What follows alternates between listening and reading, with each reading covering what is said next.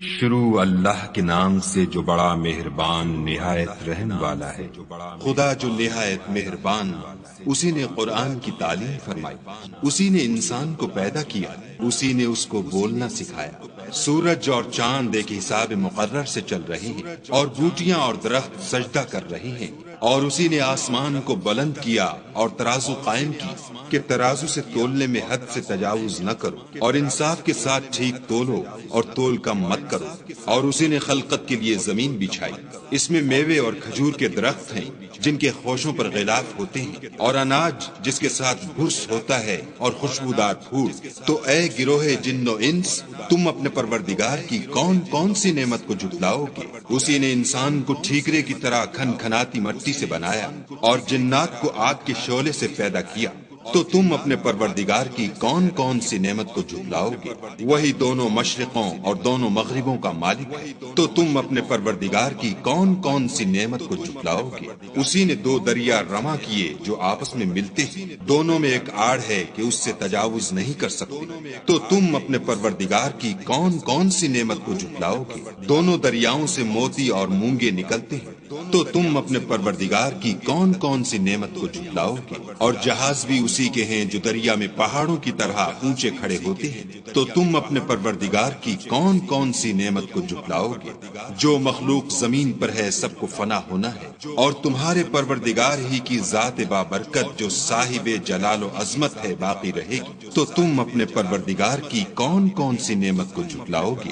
آسمان اور زمین میں جتنے لوگ ہیں سب اسی سے مانگتے ہیں، وہ ہر روز کام میں مصروف رہتا ہے۔ تو تم اپنے پروردگار کی کون کون سی نعمت کو جھٹلاؤ گے؟ اے دونوں جماعتوں، ہم ان قریب تمہاری طرف متوجہ ہوتے ہیں، تو تم اپنے پروردگار کی کون کون سی نعمت کو جھٹلاؤ گے؟ اے گروہ جن و انس، اگر تمہیں قدرت ہو کہ آسمان اور زمین کے کناروں سے نکل جاؤ تو نکل جاؤ، اور زور کے سوا تو تم نکل سکنے ہی کہ نہیں۔ تو تم اپنے پروردگار کی کون کون سی نعمت کو جھٹلاؤ گے؟ تم پر آگ کے شعلے اور دھواں چھوڑ دیا جائے گا تو پھر تم مقابلہ نہ کر سکو گے۔ تو تم اپنے پروردگار کی کون کون سی نعمت کو جھٹلاؤ گے؟ پھر جب آسمان پھٹ کر تیل کی تلچھٹ کی طرح گلابی ہو جائے گا تو وہ کیسا ہولناک دن ہوگا۔ تو تم اپنے پروردگار کی کون کون سی نعمت کو جھٹلاؤ گے؟ اس روز نہ تو کسی انسان سے اس کے گناہوں کے بارے میں پرسش کی جائے گی اور نہ کسی جن سے۔ تو تم اپنے پروردگار کی کون کون سی نعمت کو جھٹلاؤ گے؟ گناہ گار اپنے چہرے ہی سے پہچان لیے جائیں گے تو پیشانی کے بالوں اور پاؤں سے پکڑ لیے جائیں گے۔ تو تم اپنے پروردگار کی کون کون سی نعمت کو جھٹلاؤ گے؟ یہی وہ جہنم ہے جسے گناہ گار لوگ جھٹلاتے تھے، وہ دوزخ اور کھولتے ہوئے گرم پانی کے درمیان گھومتے پھریں گے۔ تو تم اپنے پروردگار کی کون کون سی نعمت کو جھٹلاؤ گے؟ اور جو شخص اپنے پروردگار کے سامنے کھڑے ہونے سے ڈرا اس کے لیے دو باغ ہیں۔ تو تم اپنے پروردگار کی کون کون سی نعمت کو جھٹلاؤ گے؟ ان دونوں میں بہت سی شاخیں یعنی قسم قسم کے میووں کے درخت ہیں۔ تو تم اپنے پروردگار کی کون کون سی نعمت کو جھٹلاؤ گے؟ ان میں دو چشمے بہ رہے ہیں۔ تو تم اپنے پروردگار کی کون کون سی نعمت کو جھٹلاؤ گے؟ ان میں سب میوے دو دو قسم کے ہیں۔ تو تم اپنے پروردگار کی کون کون سی نعمت کو جھٹلاؤ گے؟ اہل جنت ایسے بچھونوں پر جن کے استر اطلس کے ہیں تکیا لگائے ہوئے ہوں گے، اور دونوں باغوں کے میوے قریب جھک رہے ہیں۔ تو تم اپنے پروردگار کی کون کون سی نعمت کو جھٹلاؤ گے؟